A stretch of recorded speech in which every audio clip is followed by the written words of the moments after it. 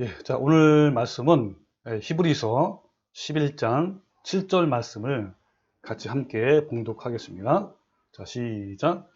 믿음으로 노아는 아직 보이지 않는 일에 경고하심을 받아 경외하심으로 성들을 준비하여 그 집을 구원하였으니 이로 말미암아 세상을 정죄하고 믿음을 따르는 의의 상속자가 되었느니라. 자, 다시 한번 이 말씀을 음미하면서 생각하면서 다시 읽어볼게요. 시작. 믿음으로 노아는 아직 보이지 않는 일에 경각심을 받아 경외함으로 방주를 준비하여 그 집을 구원하였으니 이로 말미암아 세상을 정죄하고 믿음을 따르는 의의 상속자가 되었느니라. 아멘.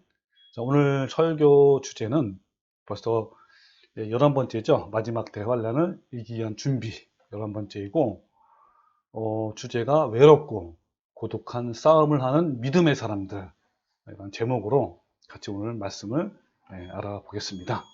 히브리서 11장의 이 믿음의 선진들은 정말 우리가 마지막 대환란을 이기기 위한 준비를 할 수 있게 만드는 굉장히 좋은 말씀, 또 그들의 그 삶을, 또 믿음을 우리가 배우면 정말 이 현재도 마찬가지고 마지막 때에도 우리가 당당하게 이길 수 있는 그러한 믿음을 더 쌓을 수 있는 그런 기회가 되니까 여러분들 믿음의 선진들의 믿음을 더 굳건하게 믿읍시다.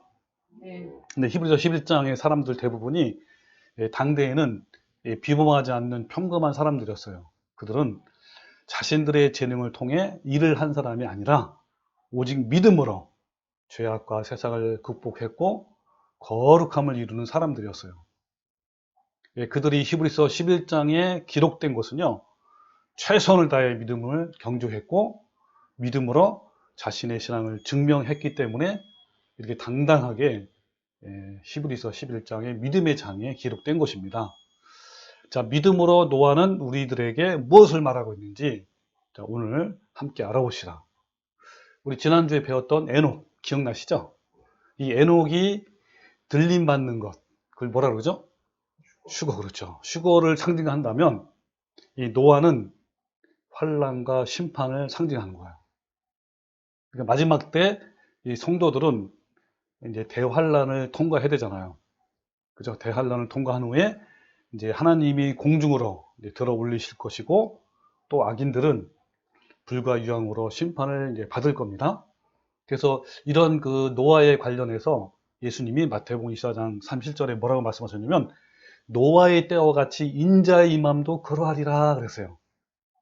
예. 그러니까 노아 때처럼, 그죠? 인자의 예수님의 다시 오실 때 마지막 심판이죠. 그때 똑같다라는 것이죠.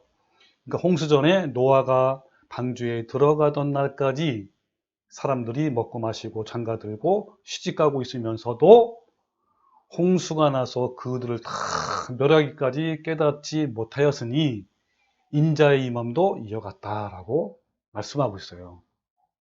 그러니까 노아 홍수 심판 때에도 사람들이 심판의 경고에 관심도 없고, 그리고 세상을 사랑하다가 심판을 받은 것처럼 마지막 때에도 사람들이 세상에 취해 있음을 말씀하고 있는 거예요.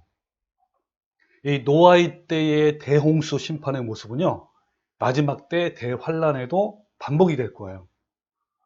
방주를 지은 노아와 그 식구는 방주 안에 있었기 때문에 대홍수의 환란으로부터 보호를 받을 수 있었으나, 그러나 어때요? 대홍수의 환란과 심판이 진행되는 동안에 노아의 방주는 계속 물 위에 떠다니면서 그 환란의 시간을 모두 겪어서 안 겪었어요? 겪었어요. 네. 그러니까 무슨 말이냐면 이 노아의 방주는 대홍수 환란으로부터 완전히 분리된 것이 아닌 거예요. 그러므로 노아는 마지막 대환란의 때에 보호를 받은 성도들을 상징하는 거예요. 그러니까 환란이 있음에도 불구하고 그 환란 가운데서 보호하신다는 것을 상징하는 거죠. 여러분, 요한계시록의 대환란을 보면요, 크게 두 가지로 나눠요. 환란이. 우리가 하나는 우리가 배웠던 거 뭐죠? 첫 번째, 적그리스도, 그러니까 짐승의 표의 환란. 그리고 두 번째 환란은 여러분 잘 알고 있느냐고 모르겠는데 일곱 대접의 재앙의 환란이 있어요. 자, 이 부분에 대해서는 이제 2부 예배에서 요한계시록 강의를 할 때 자세히 이제 다룰 겁니다. 앞으로.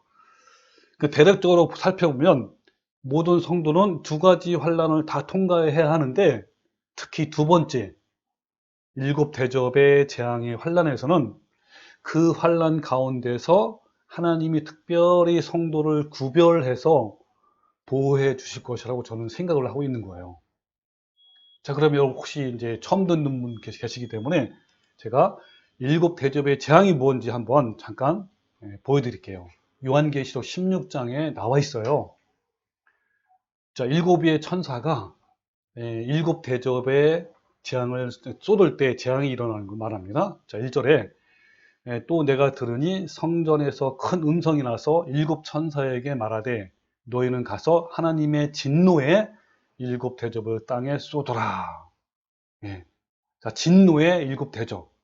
자, 이 말 때문에 일곱 대접의 재앙이라고 말을 합니다. 첫째 천사가 가서 그 대접을 땅에 쏟음에 짐승의 표를 받은 사람들과 그 우상에게 경배하는 자들에게 악하고 독한 종기가 나더라. 이게 첫 번째 재앙이에요. 자, 둘째 천사가 그 대접을 바다에 쏟음에 바다가 곧 죽은 자의 피같이 되니 바다 가운데 모든 생물이 죽는 재앙이죠. 자, 셋째 천사가 그 대접을 이번엔 어디에 쏟았어요? 강과 물의 근원에 쏟으니까 다 피가 된 것이죠. 네. 그리고 넷째 천사가 그 대접을 해에 쏟음에 해가 권세를 받아 불러 사람을 막 태우니 사람들이 크게 태움에 태워진지라. 그러니까 태양이 엄청 뜨거워서 막 태우는 거란 말이에요. 그리고 또 다섯째 천사가 그 대접을 짐승의 왕자에 쏘니 그 나라가 곧 어두워지며 사람들이 아파서 자기 혀를 깨물고 아픈 것과 종기로 말미암아 하늘의 하나님을 비방하고 그들의 행위를 회개하지 아니하더라 그랬어요. 어두움의 재앙이 이제 내려오는 것이죠. 그 다음에 여섯째 천사가 그 대접을 큰 강 유브라데의 소돔에 강물이 말라서 동방에서 오는 왕들의 길이 예비되었더라. 새 영이 히브리어로 아마겟돈이라는 곳으로 왕들을 모으더라. 여러분이 잘 알고 있는 일명 아마겟돈 전쟁이 여섯 번째 천사의 재앙이죠. 마지막 일곱째 천사가 그 대접을 공중의 소돔에 큰 음성이 성전에서 보좌로부터 나서 이르되 되었다 하시니 번개와 음성들과 우레소리가 있고 또 큰 지진이 일어나서 얼마나 큰지 사람이 땅에 있어 온 이래로 이같이 큰 지진이 없었더라. 자, 섬도 없어지고 산악도 간데 없더라. 또 무게가 한 달란트나 되는 어마어마한 큰 우박이 하늘로부터 사람들에게 내림에 사람들이 그 우박의 재앙 때문에 하나님을 비방하니 그 재앙이 심히 큼이러라.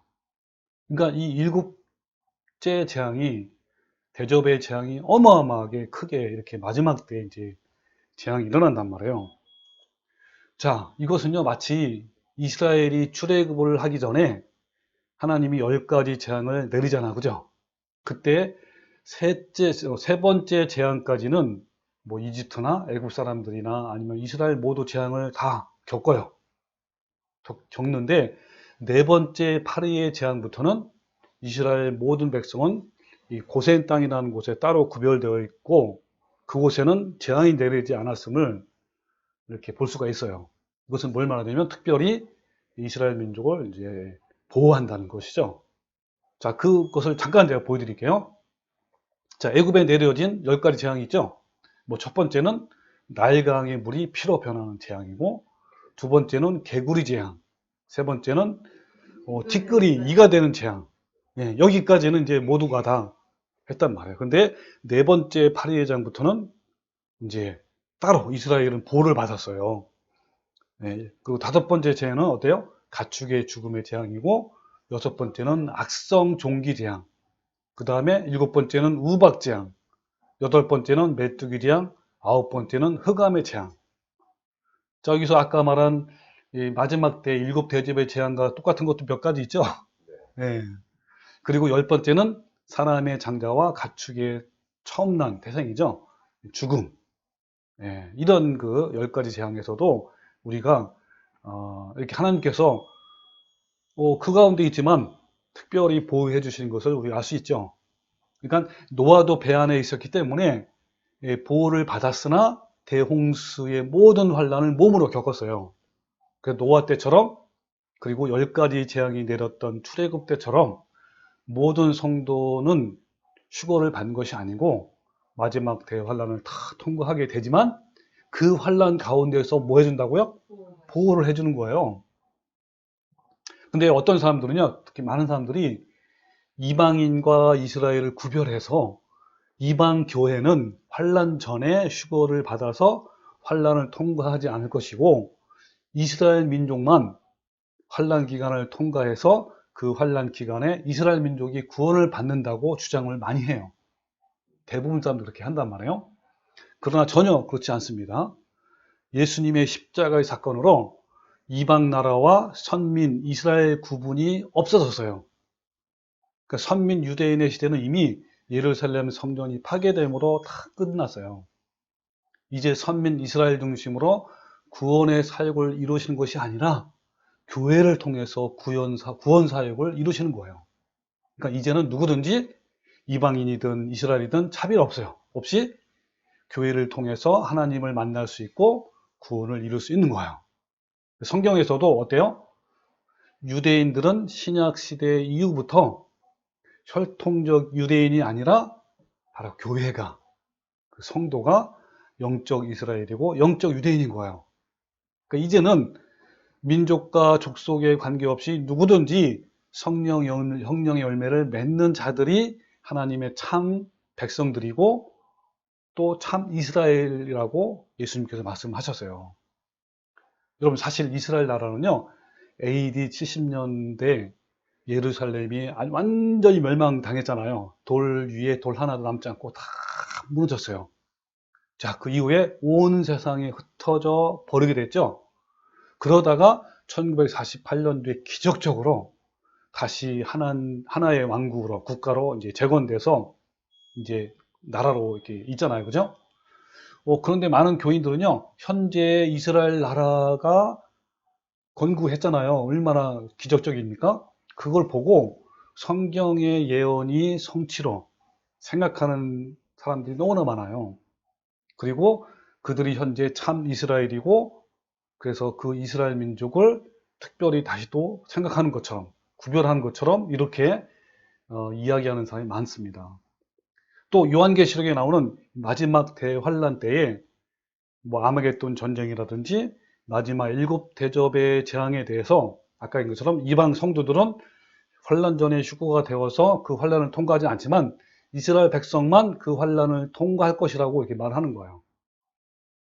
왜냐하면 이스라엘 백성이 그 환란을 통과하면서 아마겟돈 전쟁에서도 이기고 또 7대접의 재앙에서도 이스라엘 백성은 보호를 받고 결국에는 모두 구원을 받을 것이라고 이렇게 주장을 합니다. 그러니까 이스라엘 백성이 구원을 받을 수 있도록 대환란 기간을 특별히 주셨다라고 주장하는 거예요. 그러니까 우리 이방인 교회는 그 환란 전에 이미 휴거를 당한다라고 이렇게 주장하는 거죠. 그러나 이것은요, 성경을 제대로 이해하지 못하는 억지 주장이에요. 그래서 성경을 제가 한번 몇 가지 보여드릴게요. 마태복음 20장 43절에 보면 하나님의 나라를 너희는 빼앗기고, 너희가 누구예요? 유대인들이에요. 유대인들은 빼앗기고 그 나라, 천국의 나라죠. 그 나라의 열매 맺는 백성이 받으리라.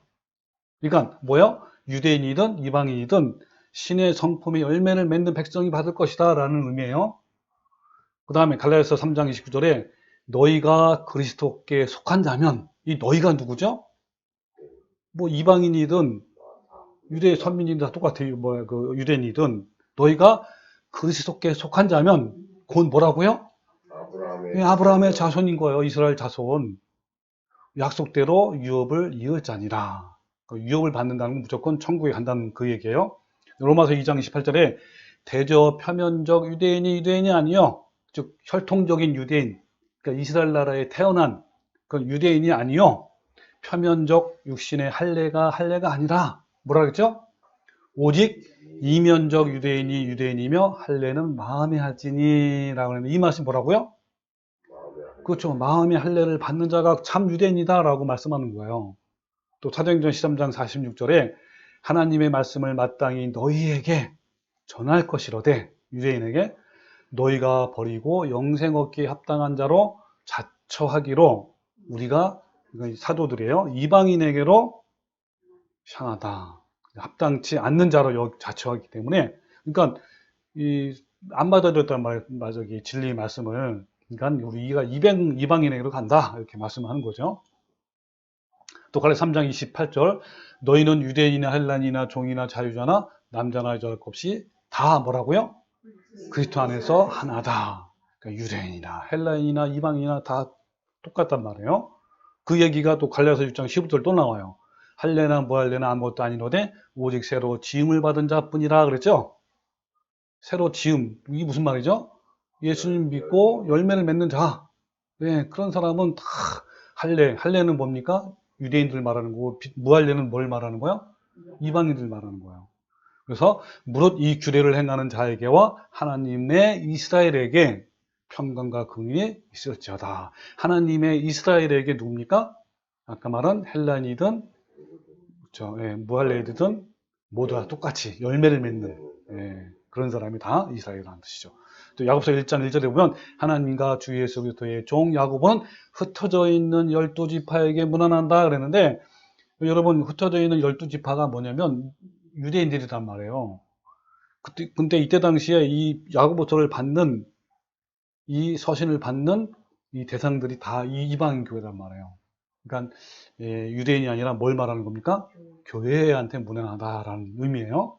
자, 이런 것들을 여러분 보면 우리가 뭘 알 수 있냐면 이제는 구별이 없단 말이에요.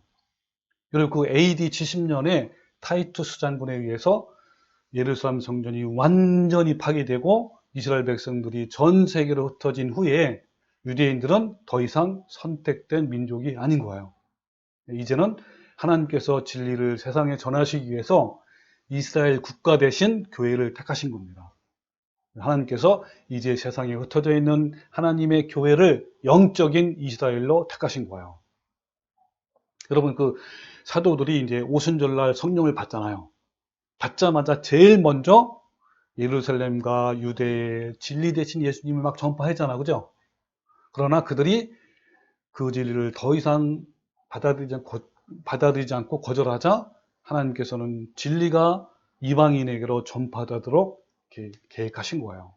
그때부터 진짜 이스라엘은 복음을 받아들이고 그 말씀을 순종하며 사는 참 성도들이 바로 이스라엘이다 이 말이에요. 현재 유대인들은 더 이상 옛날처럼 선택된 민족이 아니라 그들도 다른 민족들과 똑같이 개인적인 것으로 구원을 받아야 돼요. 국가 단위로 구원이 아니라 그 사람조차도 개인적으로 구원을 받아야 되는 거예요. 그들은 복음을 온 세상에 전파하기에 선택한 선민이 더 이상 아닌 거예요. 신약시대의 주인공은 누굽니까? 바로 우리 교회, 우리 성도란 말이에요. 자, 그럼 다시 노아 시대로 한번 돌아갑시다. 자, 오늘 근데 중요한 거는요. 오늘 본 말씀에서 진짜 중요한 건 뭐냐면 노아가 무엇을 상징하느냐가 중요한 것이 아니라 마지막 시대를 살아가기 위해 믿음의 경주를 하는 우리에게 노아는 무엇을 말하느냐가 중요한 거예요. 진짜 말씀은 지금부터예요, 이제. 자, 노아가 살았던 시대는 죄악과 타락이 만연했기 때문에 가득 찼기 때문에 대부분 사람들은 하나님을 불순종하는 자들이었어요. 이런 환경 속에서 의인 노아는 신앙에 있어서 정말 고독한 경주자였단 말이에요. 자, 성경을 한번 다시 볼까요?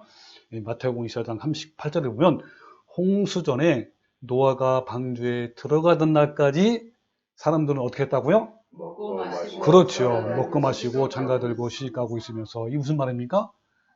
하나님께 관심이 없고 그냥 자기 사는 데만 열중했단 말이에요. 또 창세기 6장 5절. 그러니까 무슨 말이냐면 노아는 뭐 했죠?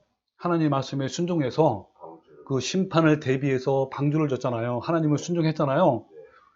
노아 혼자 한 거예요. 네. 세상 사람들은 관심도 없었단 말이에요. 창세기 6장 5절에 보면 여호와께서 사람의 죄악이 세상에 가득함과 그의 마음으로 생각하는 모든 계획이 항상 악할 뿐임을 보시고 땅 위에 사람 지으심을 한탄하사 마음에 근심하시고 이르시되 내가 창조한 사람과 사람을 가축과 기는 것과 공중의 새까지 다 그리하리니 이유는 뭐라고요? 내가 그것들을 지었음을 한탄함이라 하시니라 하면서 그러나 노아는 여호와께 은혜를 입었더라 그랬어요. 이 우리나라 이 번역은 너무 잘못됐어요. 노아는 여호와께 은혜를 입었다라는 말씀이 아니고 이거를 헬라어로 직역하면 그러나 노아는 여호와의 눈들 안에서 은혜를 발견했다. 정확하게 한 거에 이제 KJV 성경이에요. 자, 보면 그러나 노아 found 발견했다. 뭐를? 그렇죠. 은혜를, 그레이스. 그죠? 자, 어디 안에서? 그렇죠. 눈 안에서. 눈 안에서. 그러니까 주님 여호와의 눈 안에서 그 은총을 노아는 발견한 거야. 다른 사람은 발견 못했는데 노아만 여호와의 눈에서 하나님의 은혜를 발견한 거예요. 이게 무슨 말이죠? 노아만큼은 어때요? 여호와의 하나님의 마음을 알았다 이 뜻이란 말이에요. 마음을 헤아린 거예요. 노아만큼. 자, 볼까요? 이걸 해석하면 이런 거죠. 자, 그때 사람들 모두가 세상을 사랑하고 세상의 즐거움과 물질과 명예를 추구하고 세상에 취해 있을 때 노아는 그런 세상 사람들을 향하여 근심하시고 한탄하시는 하나님의 마음을 다 알았다라는 거예요. 노아는 하나님의 눈에서 흐르는 사랑의 눈물을 보았다라는 거예요. 그래서 노아는 방주를 지으라는 하나님의 부르심에 아주 적극적으로 응답을 하신 것이죠. 그래서 히브리서 7장 11장 7절 오늘 본 말씀이죠. 자, 믿음으로 노아는 아직 보이지 않는 일에 경각심을 받아. 여기 아직 보이지 않는 일이 뭐죠? 대홍수의 환란과 심판이란 말이에요. 물로 심판한다. 하늘에서 물이 엄청 쏟아져서 심판할 것이라는 것은 보이지 않는 거예요. 왜 더 보이지 않는다고 표현했냐면 그때 당시에는요 비가 전혀 안 왔어요. 이 위에도 두꺼운 구름층이 있어가지고 뭐가 내렸어? 비 대신에 이슬이 충만하게 내려가지고 비가 필요 없었어. 자, 그런 시대에 정말 이거는 말도 안 되는 거잖아요. 자, 그러한 일에 경각심을 받아 경외함으로, 이 경외가 뭡니까? 다른 말로 하면 두렵고 떨림으로 방주를 준비해서 그 집을 구원했다라고 하는 거예요. 이걸 해석하면 이런 거죠. 대홍수의 환란과 심판을 대비해서 노아는 두렵고 떨림으로 방주를 준비해서 구원을 받았다라고 이렇게 여러분 해석하면 여러분 더 이해가 더 될 겁니다. 네. 자, 믿음으로 노아는 아직 보이지 않는 일에 이런 말씀을 하셨는데 이 말씀은요 믿음의 진수가 그러니까 믿음의 진짜가 무엇인지 알려주는 말씀이에요. 여러분 히브리서 11장 1절에 믿음이 정의가 나오잖아. 믿음의 정의. 뭐라 그랬죠? 네, 그렇죠. 믿음은 바라는 것들의 실상이요 보이지 않는 것들의 증거니 선진들이 이로써 증거를 얻었다 그러잖아요. 그러니까 믿음이라는 것은 하나님의 보증한 것, 즉 하나님이 약속하신 말씀을 우리가 마음으로 소망하는 거예요. 이게 믿음이에요. 그러니까 하나님의 약속의 말씀은 보이지 않지만 보이는 것보다 더 확신하는 거예요. 그러니까 믿음은 하나님의 약속의 말씀이 현 상황에서 이루어지지 않을 것 같지만 아니 오히려 반대 방향으로 되어가고 있을지라도 주님이 자신에게 약속하신 그 말씀을 붙잡고 끝까지 신뢰하며 달려가는 것이 바로 믿음이라는 거예요. 네, 믿음의 사람들은 보이지 않는 것, 즉 하나님이 말씀하신 그 약속을 확신하는 거예요. 그리고 말씀을 붙잡고 그들의 삶 속에서 살아내는 게 믿음이에요. 믿음의 사람들은 보이지 않는 약속을 붙잡고 소망하고 확신하는 믿음으로 말미암아 어떤 상황에도 이기는 삶을 살았어요. 마찬가지로 믿음의 사람이 노아도 아무것도 보이지 않고 희망이 없는 상황 속에서도 주님이 말씀하신 그 약속을 붙잡고 그렇게 행한 거예요.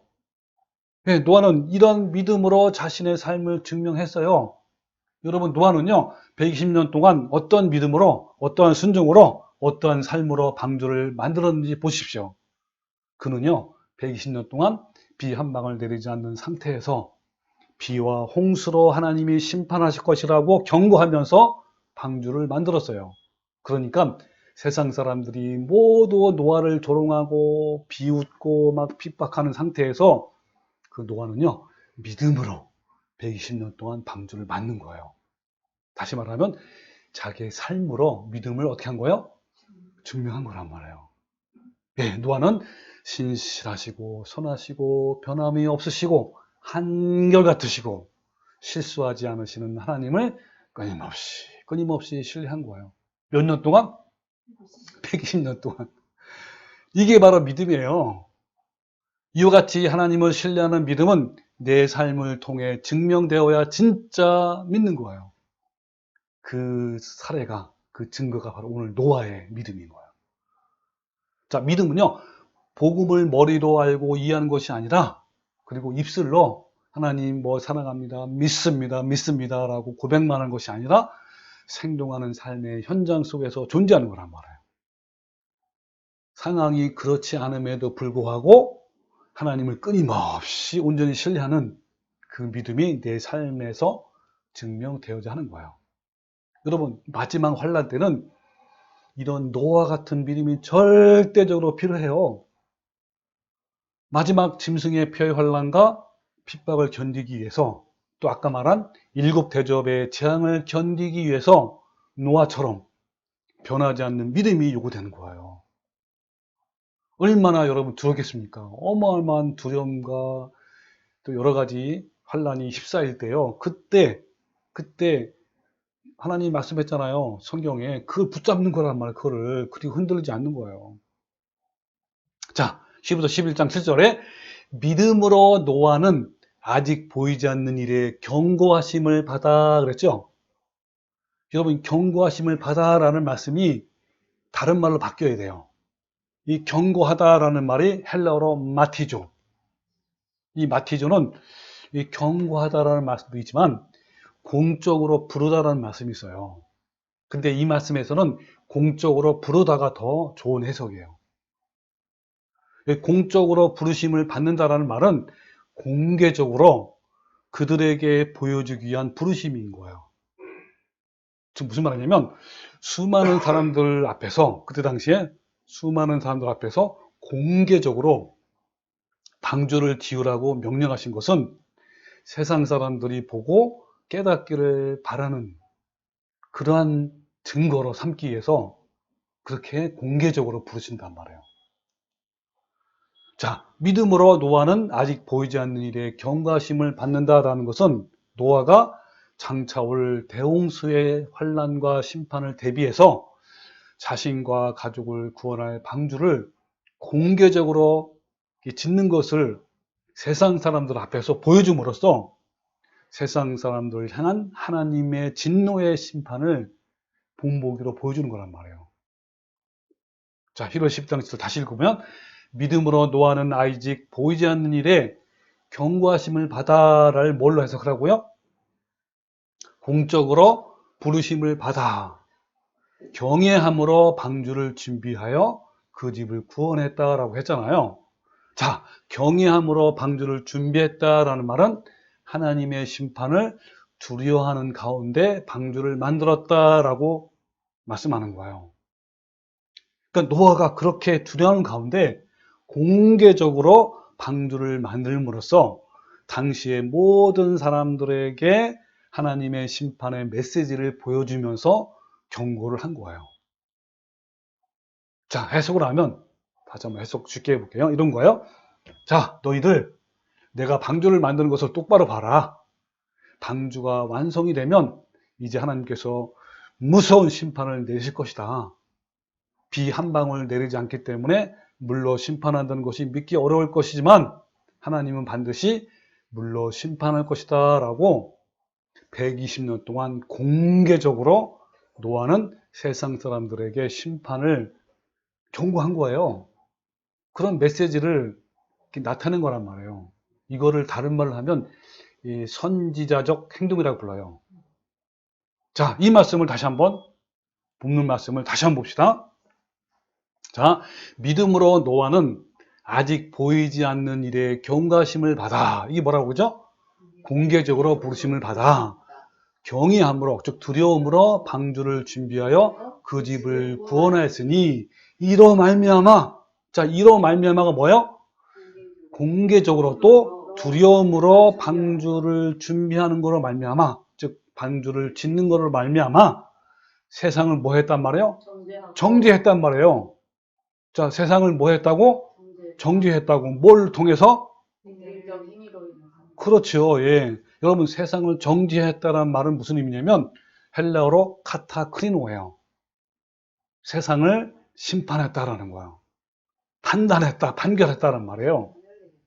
자, 이걸 해석하면 이런 겁니다. 자, 노아가, 잘 보세요. 노아가 120년 동안 공개적으로 또 두려움으로 방주를 준비한다는 것은 세상에 취해 있는 모든 사람을 향해 뭐 했단 말이에요? 정죄하고 심판을 하고 있다는 거예요. 그 자체가. 예. 자, 이해되죠?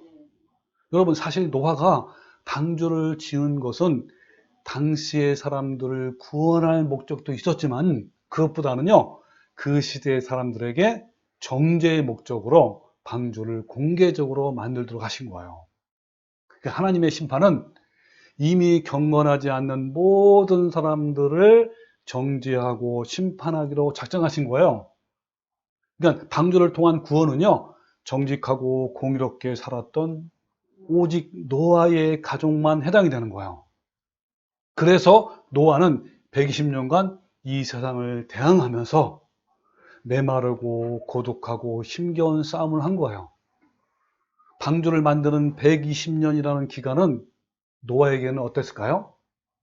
환난과 고독한 시간이요. 그런데 세상 사람들에게는 어떻죠? 심판을 계속적으로 경고하는 기간이기도 한 거란 말이에요. 방주를 공개적으로 만든다는 것은 무슨 의미냐면 이런 거예요. 자, 내가 방주를 만드는 것을 똑바로 봐라. 죄악이 가득한 너희들을 이제 홍수로 완전히 쓸어버리겠다라는 하나님의 의지를 선포하는 의미란 말이에요. 방주를 만드는 모습은 아마도 많은 사람들에게, 그때 당시에 많은 사람들에게 반발심을 주었을 거예요. 즉 노아는 배를 만드는 사역을 통해서 세상 사람들에게 전쟁을 선포하는 것과 같은 거예요. 그래서 120년이라는 기간은 노아에게 철저한 외로움의 기간이었어요. 그렇게 사는 것은 세상과 적대하는 것이고 세상과 등을 지고 원수되는 것이 바로 그런 거란 말이에요. 그것이 바로 노아의 삶이었어요. 근데 노아는 이렇게 방주를 공개적으로 만듦으로 인해서 그 하나님의 심판을 경고도 했지만 또 실제로 노아는요, 입으로도 하나님의 환난과 심판에 대해서, 의에 대해서, 죄에 대해서 당당하게 외치고 선포했어요. 자, 그 말씀이 어디에 있냐면 베드로후서 2장 5절에 같이 읽어볼까요? 자, 괄호에 있는 거 빼고 시작. 옛사람을 용서하지 아니하고 오직 의를 전파하는 노아와 그 일곱 식구를 보존하시고 경건하지 아니한 자들의 심판에 여기까지입니다. 자, 어때? 오직 의를 전파하는 노아라 했죠? 그러니까 노아는 어때? 의를 전파해서 안 해서요? 했단 말이에요. 몇 가지 방법으로? 두 가지 방법으로 했던 거예요. 그러니까 이때 당시에 노아가 전파한 의에 대한 메시지는 뭐였을까요? 그렇죠. 예, 이제 곧 하나님의 대홍수 심판이 날 것이다. 그러니까 어떻게 하란 말이에요? 예, 죄를 회개하고 빨리 하나님께 돌아와 순종하는 삶을 살아라. 그리고 배를 함께 만들어서 홍수의 심판으로부터 구원을 받아라 라는 이 메시지를 계속 던진 거란 말이에요. 예. 노아는요, 방주를 공개적으로 지으면서 하나님의 심판을 경고하셨고 또한 입으로도 외치고 선포했단 말이에요. 예, 노아는 120년 동안 방주만 지은 것이 아니라 하나님의 심판이 무엇인지 입으로 삶으로 전파하며 살았던 사람이에요. 따라서 노아는 성경에 나오는 복음 전파자들 가운데 가장 긴 세월을 사역한 사람이에요. 노아는 하나님과 동행하는 자였기에 세상을 향한 하나님의 긍휼의 마음을 알았어요. 뿐만 아니라 그들의 죄악에 대한 하나님의 진노를 또 알고 있었어요. 그래서 노아는 이런 하나님의 긍휼의 마음과 또 의로운 분노의 심정으로, 그러니까 하나님의 같은 마음으로 심판에 대해서, 죄에 대해서, 의에 대해서 담대하게 선포를 했단 말이에요. 노아만 그랬을까요? 히브리서 11장의 모든 믿음의 사람들은 노아 같은 삶을 살은 거예요. 그러니까 믿음의 사람들은 자신의 삶을 통해 세상의 의와 죄와 또 불법과 타락에 대해서 담대하게 경고했어요. 노아는요, 방주를 공개적으로 만들므로 인해서 아까 말한 선지자적 행동처럼 세상을 향해 심판의 경고를 한 거예요. 그리고 담대하게 심판을 외치고 선포했단 말이에요. 그러니까 어때요? 이 방주가 계속 조금씩 완성이 돼가고 있잖아요. 그걸 다 사람들이 보잖아요. 그죠? 그런 걸 통해서 사람들에게 심판의 시기를 계속 알려주는 거예요. 점점 완성이 되어가네 이러면서. 그러니까 하나님의 엄중한 심판을 노아가 두렵고 떨림으로 방주를 만드는 과정을 통해서 확실하게 보여줬단 말이에요. 그러나 그럴수록 노아는 더욱 세상과 분리되고 조롱과 또 비난을 당했어요. 그러니까 부적격자가 되고요. 이런 거란 말이에요. 이것은요, 노아뿐만 아니라 히브리서 11장의 믿음의 사람들이 다 그렇단 말이에요. 자, 여러분은 이렇게 하나님의 심판에 대해서, 의에 대해서, 죄에 대해서 당당하게 경고하고 외치는 자입니까? 아멘. 우리는 노아처럼 공개적이고 당당하게 그들의 죄에 대해서 경고하고 심판에 대해서 당당하게 외치고 선포하는 자가 되어야 되는 거예요. 아멘. 우리 믿음의 선진들이 고독하고 그리고 외로움이 있었지만 죄악 가운데 있는 사람들을 향해서 하나님의 진리를 당당하게 외치는 자들이었어요. 그 대표적인 선지자들이 누구입니까? 이사야 선지자, 그렇죠? 에스겔, 예레미야, 엘리야, 이사야, 미가, 호세와 아모스, 이런 믿음의 선지자들이 다 했단 말이에요. 이들은요, 자신들을 핍박하고 거절하고 반대하는 이스라엘 백성들에게 그들의 죄악과 거짓됨과 또 우상숭배와 공의롭지 못한 것들을 지적하고 정죄하고 하나님의 심판에 대해서 당당하게 외치고 선포했어요. 그런 선지자들의 모습을 성경에 너무너무 많이 나와요. 한번 나중에 우리 농부에서도 한번 읽어보시면요, 굉장히 많이 나와요. 자, 대표적인 두 가지만 제가 한번 여러분께 보여드릴게요. 바로 에스겔 선지자와 예레미야 선지자예요. 자, 먼저 에스겔서 2장 3절부터 6절 말씀인데, 자, 여러분 한번 같이 읽어볼까요? 아니, 내가 읽을게요. 시간이 많이 가니까. 자, 내게 이르시되 인자야. 그러니까 누굽니까? 내게? 에스겔 선지자에게 이르는 거야. 인자야, 내가 너를 이스라엘 자손 곧 패역한 백성, 나를 배반하는 자에게 보내노라 그랬죠.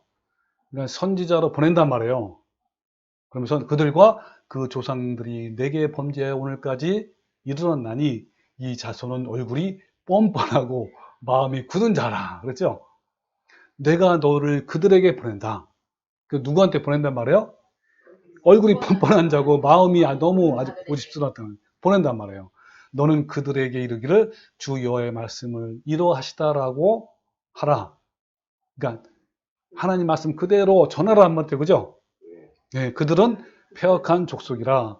절 보세요. 그들이 듣든지 아니 듣든지 그들 가운데 선지자가 있음을 알지니라. 그러니까 그대로 전하란 말이에요. 듣든지 안 듣든지. 자, 그러면서 뭐냐면 너는 인자야, 너는 비록 가시와 찔레와 함께 있으며 전갈 가운데에 거주할지라도 그들을 두려워하지 말고 그들의 말을 두려워하지 말지라 그랬죠.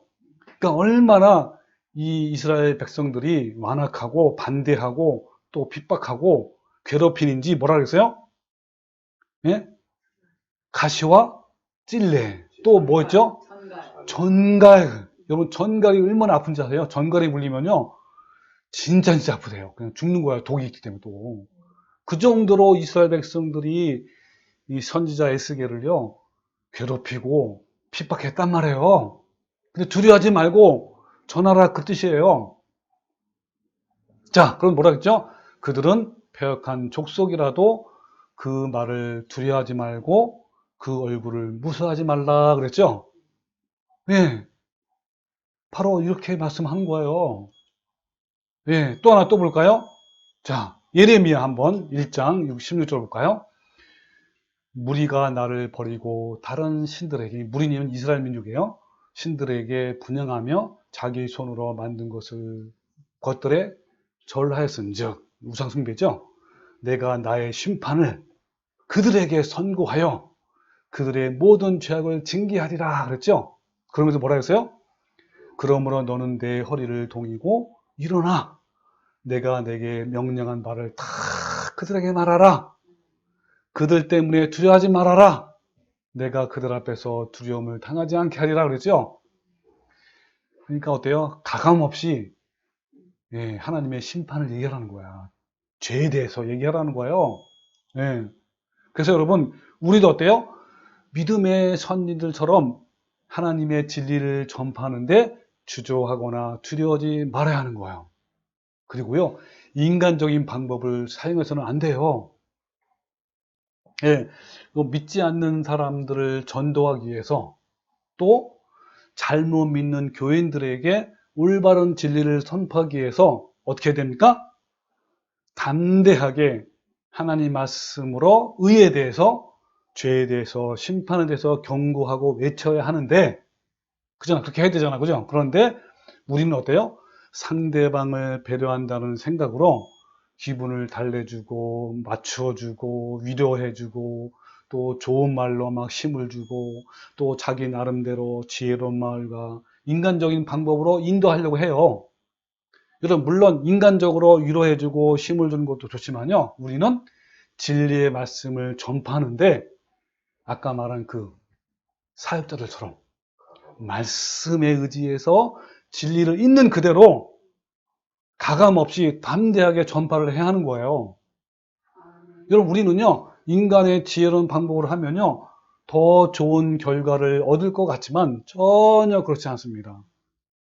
이런 말씀이 성령의 검이라고 했어요.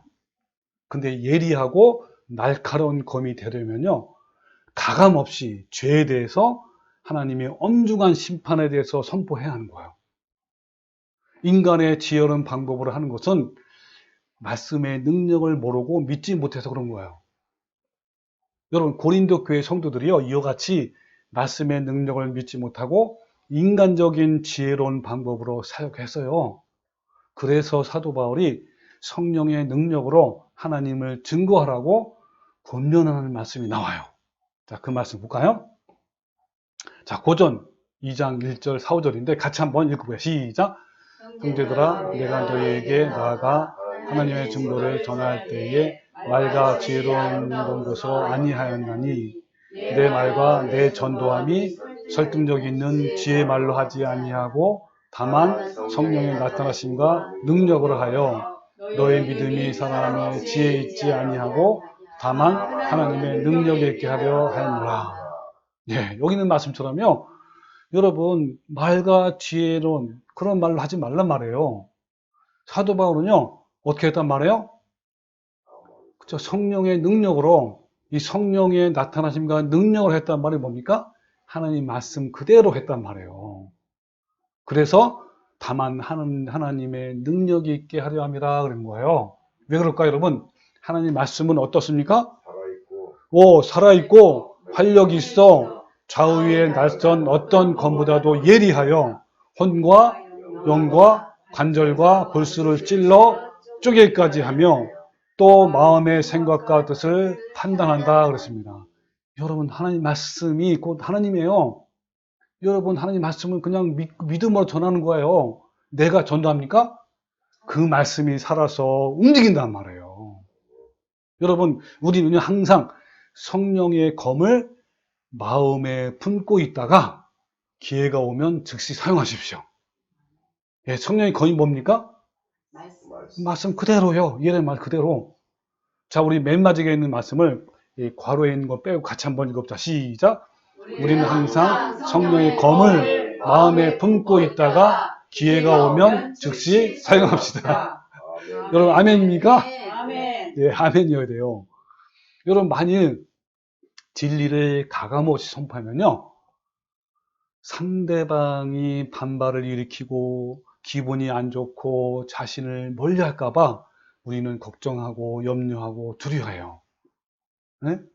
또 자신보다 높은 사역자들에게는 더욱더 그렇게 한단 말이에요.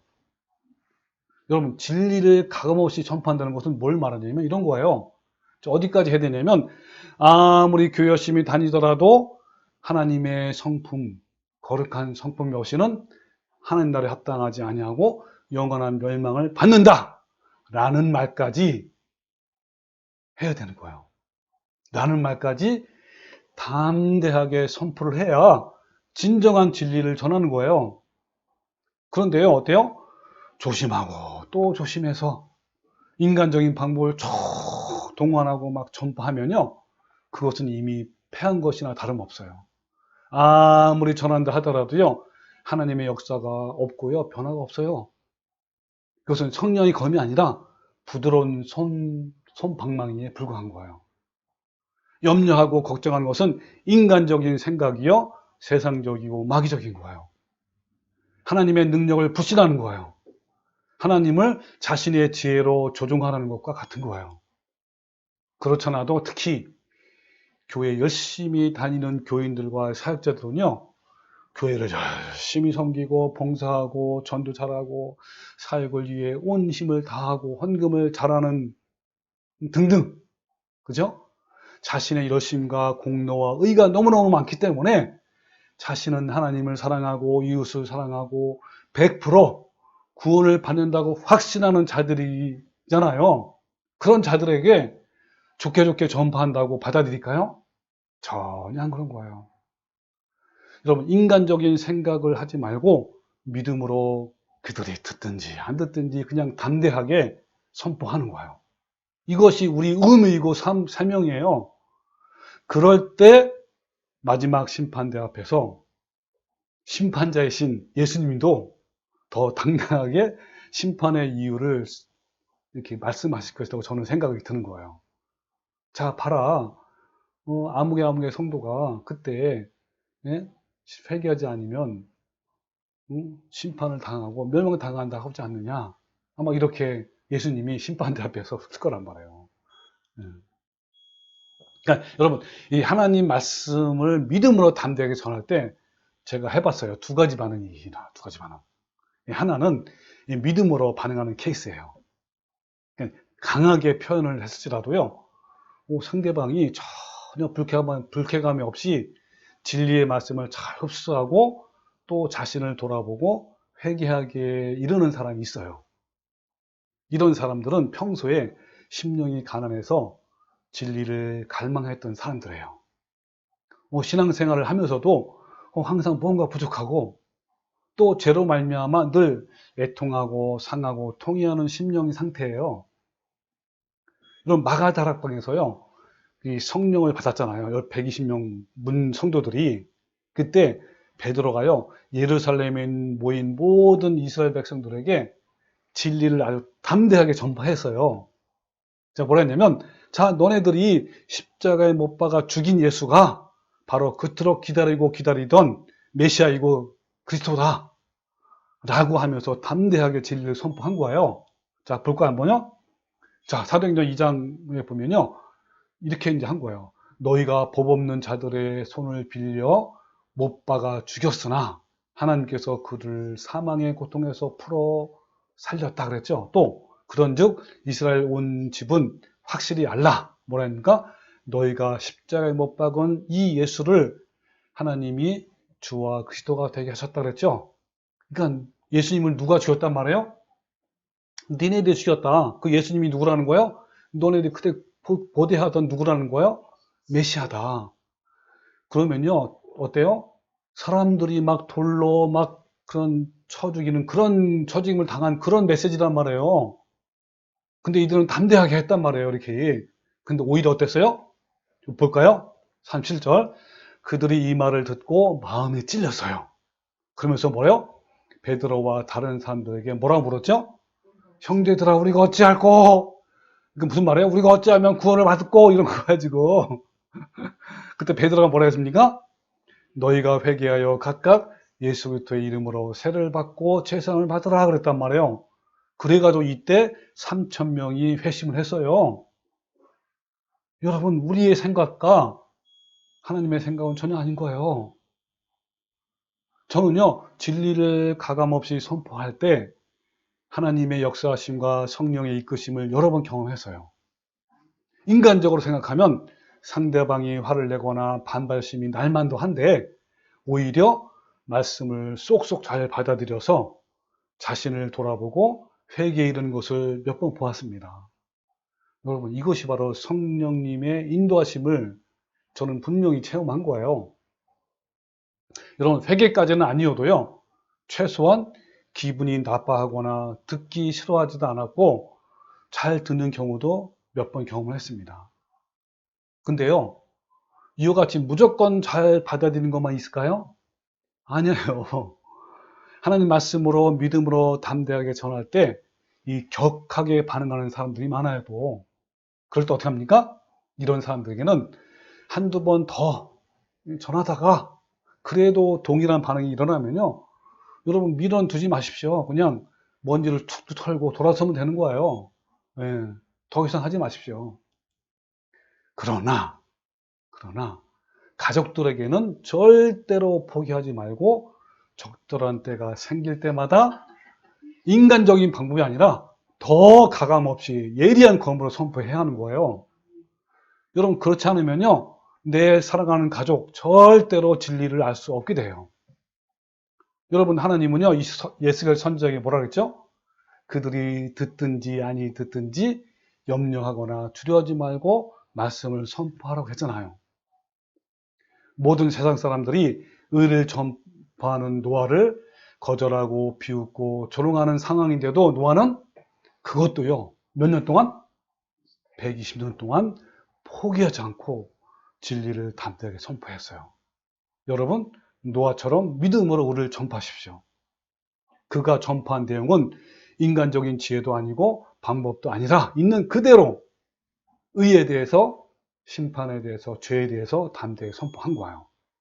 여러분, 바울도 마찬가지예요. 바울도요, 복음을 전할 때 세상 사람들과 타협하거나 인간적인 평화의 방법으로 전한 것이 아니라 그냥 앞뒤를 가리지 않고 담대하게 전했어요.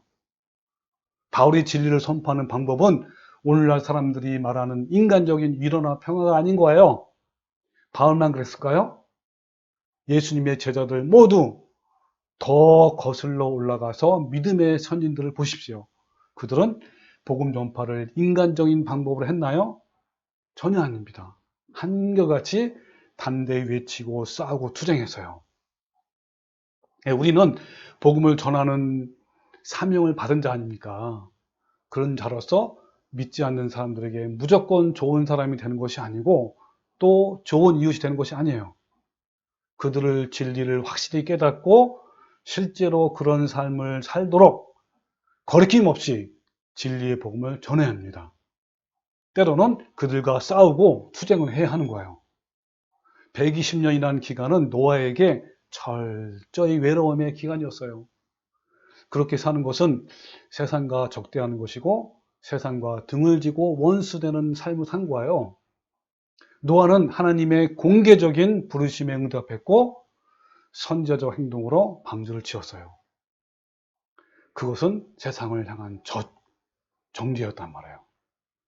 그것은 세상과 구별이었고 전혀 다른 삶이었어요. 그래서 그는 늘 혼자일 수밖에 없었던 거예요. 여러분, 좁은 길로 가기 위해 믿음의 사람들은요, 외로움을 각오해야 돼요. 세상과 동떨어져 홀로 있음을 각오해야 합니다. 그것은 마땅한 선택이에요. 그래서 믿음의 사람들은 모두가 다 고독한 경주자였어요. 저도요, 진리를 선포하는 사역자로서 함께 교제하고 동역할 수 있는 믿음의 사람들을 정말 만나고 싶어요. 함께 기쁘게 교제하는 동역자들 많이 만나고 싶지만 오히려 반대하고 거스르는 사람들이 오히려 더 많았어요. 제가 전하는 올바른 진리를 거부하는 사람이 대부분이었기 때문에 저도 때로는 어떤 외로움도 느끼기도 하고 또 고독한 싸움을 해야 되겠다, 이런 생각을 많이 해보게 돼요. 그리고 지금이 더 중요한 게 아니라 이제 짐승의 표를 받느냐 아니면 하나님만 경배하느냐라는 이 마지막 대환란이 일어날 때 우리는 어떻게 됩니까? 더 외롭고 고독한 싸움을 해야 되는 거예요. 여러분, 이런 각오가 되어 있습니까? 뭐 세상 사람들과의 고독한 싸움에서요, 이 아벨은 가인과 1대1 싸움이었잖아요. 그리고 에녹은요 1대 다수, 즉 에녹이 알고 있는 사람, 주변 사람들과 싸웠어요. 그리고 엘리야는요 몇 명과 싸웠게요? 850명 바알 선지자들과 싸웠단 말이에요. 근데 노아는요 1대 온 세상이었어요. 1대 온 세상. 여러분, 하나님이 쓰시는 사람들은 모두가 다 외로움을 통과한 사람이라고 이 토조 목사님은 말을 했습니다. 여러분, 외로움은요 믿음의 사람들의 심볼이에요.